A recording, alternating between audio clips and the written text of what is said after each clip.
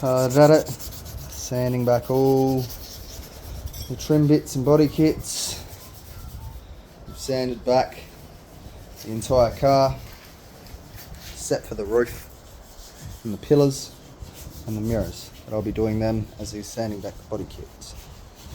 We've got the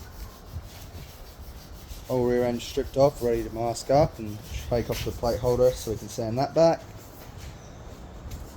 Got this whole side sanded back.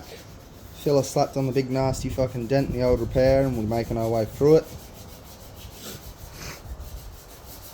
And yeah, I'm just getting stuck into it. So we've already got the sunroof out and masked off, ready to sand back the roof. Taking off all the wipers and everything like that, so it's easy to mask off the glass. And yeah, basically we'll be starting paint and primer in the next couple of days. Hopefully it's kind of up to the weather at the moment. We need it to be just a little warmer.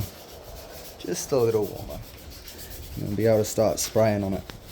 So stay tuned and keep your eyes peeled, because this one's going to look beautiful.